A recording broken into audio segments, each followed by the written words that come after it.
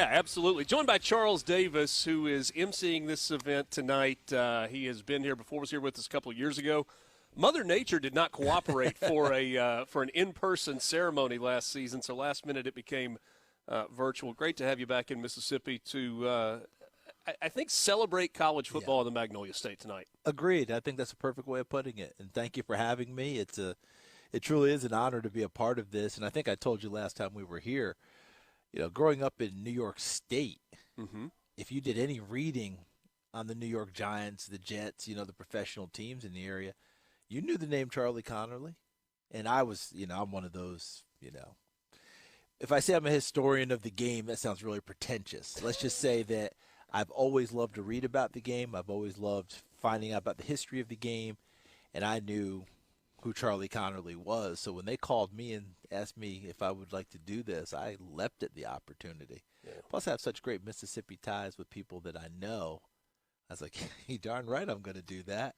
Number 42 himself, I'm here. He was great. You covered the SEC for a long time. And multiple sports, and I guess that was Jefferson Pilot days. Jefferson Fox Pilot. Sports South. And Sail with the Pilot. How about that? A lot of games with Dave Neal along the way, right? Oh, yeah. Yeah. Dave's my guy. I remember, we were here for Memphis State at Mississippi State. Okay. August 31, 1997. That's the first game I ever did. Really? Yep. I was in the booth. I believe it was Bob Rathbun was the play-by-play, the voice of the Atlanta Hawks. Right. And Dave Neal was on the sidelines. And we had we had a 3 o'clock Central Time kick. It was 187 degrees, roughly. More like 287. It was an oven. And poor Dave, he started in a sport coat and looking good. And by the middle of the third quarter, rode hard and put up wet. I mean, it was just bad. And I felt so bad for him because he had all these great stories and things for the game.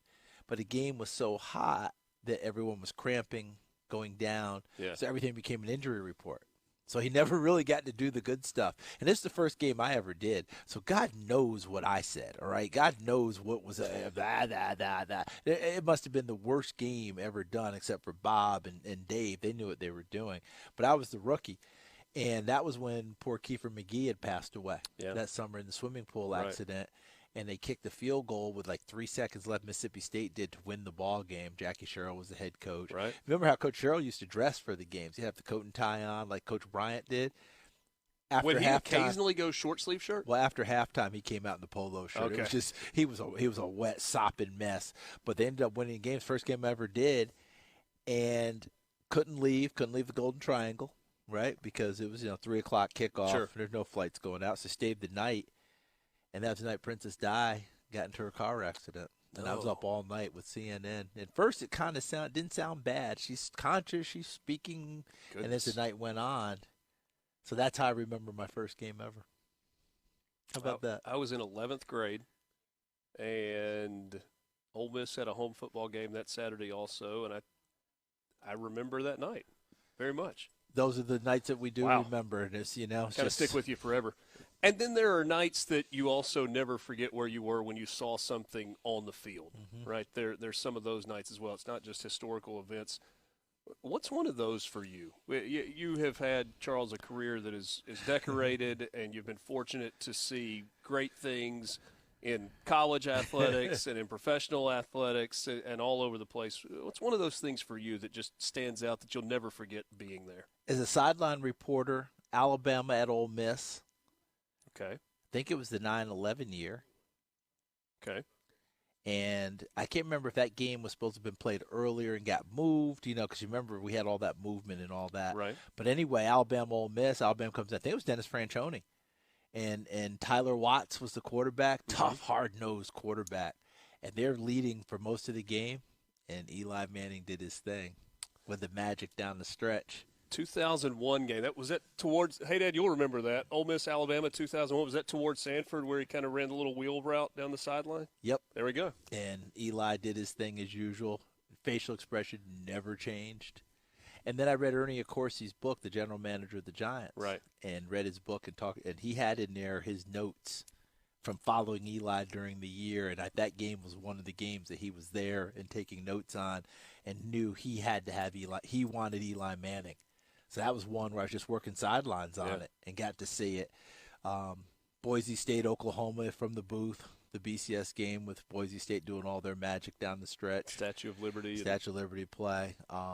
Ted Ginn running back the opening kickoff against Florida, the BCS National Championship game, and his team celebrated and hurt his ankle, and he never played another snap. And I think Ohio State was almost a double-digit favorite in that game, and Florida blasted them. Things of that nature kick in. Not all the memories are just work memories. Some of it is just being there, being around, seeing. It's just been a fun journey. Yeah. When you think about this event tonight, Bill Blackwell just walked in from the Mississippi Sports Hall of Fame, and he and I were talking earlier. When you say best player in the state of Mississippi, I mean it's subjective for the voters, and it's so hard because you've got two teams that are SEC teams. You've got Southern Miss that's in the Sun Belt. You've got SWAC schools, and you've got Delta State with a great quarterback this year and Patrick Shegog playing in the Gulf South Conference. It's really hard to compare different levels, but there are some outstanding finalists this year. And don't you think when you watch, because you've watched a ton of football, and after a while, when you're watching a game, the level drops out of your head. You're just watching the ball game. You're watching the play, right? You're watching the magic. And the best players stand out, doesn't matter what level. And while you're watching it, you're really not saying to yourself, oh, I'm watching a Division II kid. Boy, I wonder how he'd do in Division I. You're just appreciating that he's playing in Division. You're just appreciating what you're seeing in front of you. Right. That's what I think about with this award, that it's the beauty's in the eye of the beholder. The beauty's in the eye of the voter and what they saw and what captured them and what excited them and stirred the passion of the whole thing. And that's why with this award, with everyone being involved in it, you would think every single year the SEC schools would walk away with this thing, right? History tells us that is not the case. History tells us that's not the case. And if you're from Mississippi, if you're not from Mississippi, you may not know some of the names that have won it. But if you're from Mississippi, you do. Yeah. Because you remember the performances that they gave us. And we're seeing more and more in the NFL. You don't have to come from the highest levels to have had a monster impact in the game. You can come from the small school and be a big fish up on that level too. But that's not what this award is about. This award is about the college impact, what they've done on the field, what they've done off the field, how they carry themselves as people, and just one more time, the passion they stir when you watch them play. And I'm like you. I don't care what the level is. When it's good, you know it when you watch it. And we know it with those two guys that come from SEC schools. Yep. Quinshon Judkins going over 1,000 yards for back-to-back seasons. First time that's happened at Ole Miss since the 1950s. And he does it without even breathing hard. He's just special. Yeah.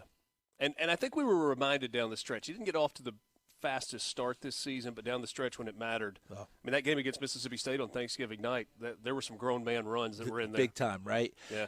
And when you're calling a ball game, we all have the different terms for them, right? Grown man runs, dirty runs. Every run doesn't have to be the jump cut and he takes it to the house. Some of those runs are just plain impressive. I always talk about Najee Harris coming out of Alabama and playing at Pittsburgh for the Steelers, first couple of years in the league. Some of his best runs were just get back to line of scrimmage. Yeah.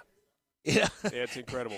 So sometimes you're just seeing things when they happen. But, boy, he is definitely special. And I think what you were talking about is in addition to his game, you can see how his game expanded to where everything doesn't have to be a sprint and a cut and I got to go. Yeah. Okay, sometimes getting 4 is vital, but it's a really good 4. Yeah.